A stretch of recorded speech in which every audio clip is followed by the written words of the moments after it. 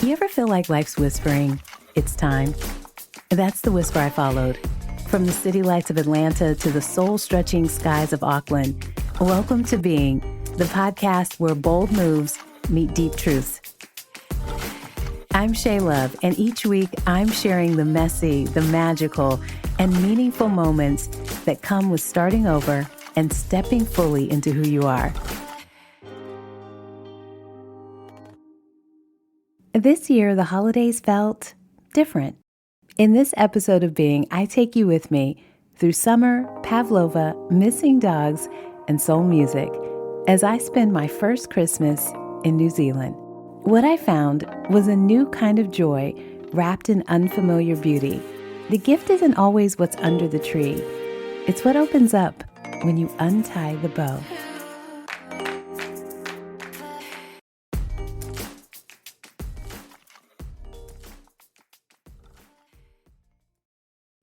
Being often means sometimes you feel all the things. And lately, I've been holiday stuck, overwhelmed by how I was going to move through this holiday season. You know, this time of year, it's layered with so much meaning. And for me, it's always been full of tradition. Christmas Eve PJ parties at my cousin's house, every family rocking their matching sets, family gatherings filled with all the classics, macaroni and cheese, sweet potatoes, greens, turkey, and the music, it kicks off the moment. When Thanksgiving wraps, Donny Hathaway's This Christmas, it sets the whole entire vibe. And we can't forget those ugly sweater parties, the festive games, the unforgettable white elephant gift exchanges, you know, where you never forget what you walked away with or the drama that it took to get it. I've spent most of my life knowing exactly how to navigate the holidays. I knew what to expect, who I'd see, what food we eat, who was cooking, who definitely wasn't, and sometimes that included me, what playlists we'd loop, where we'd go. It was all mapped out, familiar, comforting, joy-filled. So this year, when the holidays started to feel heavy, I thought, okay, this is an easy fix. Pull a few traditions out of the box, sprinkle them with my new life, and boom, holiday magic restored. Yeah, not quite. Because the thing is, the holidays are wrapped in emotion.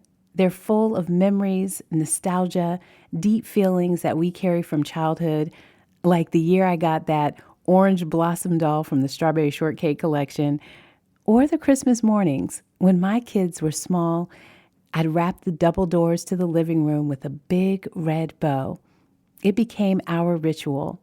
And that big red bow was the gateway to joy.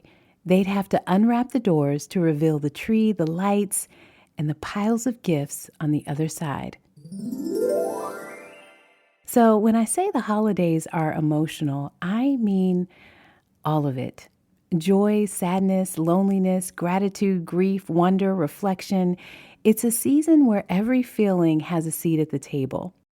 And this year, everything was different. My first Christmas in New Zealand. Different home, different country, different foods, different songs, different sky. And back in the U.S., the holidays come with cold weather, maybe even snow. But here, it's hot. Beach days, batches, that's beach houses, and barbecues. No chestnuts roasting, no Jack Frost nipping, just sunshine and sand. Even the weather's something that I had to learn to feel differently.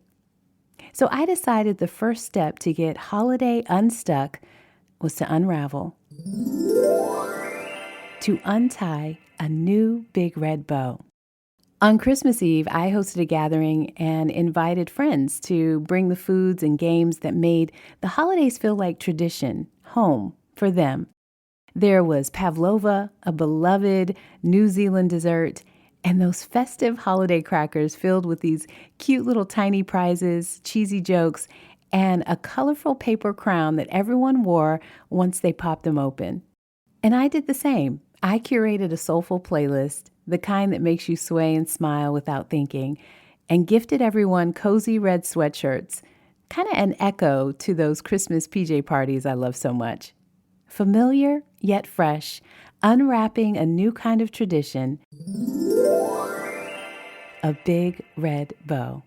On Christmas Day, I rented a car, embraced my left side of the road driving mindset. And let me tell you, that was hard. But I hit the road. First stop, Epsom, to a light-filled home invited by a friend to share a meal with her friends. We had snow peas, potato salad, duck, fried pork, and all the easy conversation that makes a place feel welcoming. Even the music, sounds I was familiar with blending in the background. It also included a brief moment of excitement because the dog, who never wanders, he went missing, only to discover he'd simply wandered off to a neighbor's house for a Christmas treat of his own, and he was found safe and satisfied. Another big red bow. And then it was about a 45-minute drive to Orewa, a beach town just north of Auckland, and yes, they had macaroni and cheese. We played a game called Imposter, completing secret missions without the group catching on, and I accomplished my mission. New people, new temperatures, new laughter, new flavors. Another big red bow untied. The day after Christmas, which was Boxing Day in New Zealand, instead of hitting the post-Christmas sales like I would back home, I leaned into what really grounds me the most, nature. I ended up at the Honua Ranges Regional Park hiking a trail that so fittingly included a steep staircase.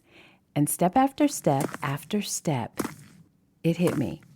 This was the metaphor. Each stair was like a knot in the ribbon, and with every step, I was untying something, loosening the old and making space for the new. The big red bow. This holiday at each stop, I untied a new big red bow, uncovering moments that reminded me of what I've always loved and inviting in experiences I never imagined. It was kind of like familiar joy wrapped in unfamiliar beauty. And it made me reflect on the very first different Christmas my kids spent with their father post-divorce. I remember that feeling heavy and sad. The idea of them not being able to unravel the bow, run through the doors, and see the magic on Christmas morning, our magic, it kind of wrecked me. And one Sunday at church, I shared how I was feeling with a woman named Mama Tony. She was a light in this world. In fact, she passed away this year and is no doubt shining from above. But she offered to pray with me and stopped mid-prayer, looked at me with clarity, and said, "Jennifer, this is your chance, your opportunity to create new traditions, new ways of experiencing joy." That moment, it gave me permission to stop clinging to what was and open up to what could be, to blend what I cherish with what I'm still discovering.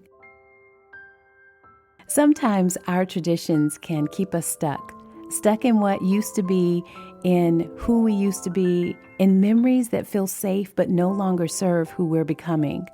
But this Christmas, at each stop, I untied a new big red bow, unraveling pieces of the past I've always loved while discovering new joys I didn't know were waiting for me. I think that's the gift. Not just the celebration, but the wonder of unwrapping, the full experience of life as it's happening, revealing new beauties, new movement, new ways of evolving. Life is going to keep evolving, and our traditions, they can evolve with us. It doesn't mean we throw it all away. It just means it might be time to untie a new big red bow, reveal a new season, a symbol of what's possible when you give yourself permission to create again, to become again, to begin again.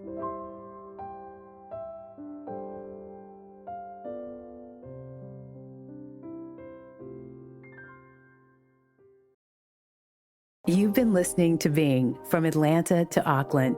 I'm Shea Love, and if this episode made you feel seen, maybe it sparked something deep or reminded you that change is possible, go ahead and follow, subscribe, and send it to a friend. This journey is just starting. Keep stretching, keep rising, and always keep being.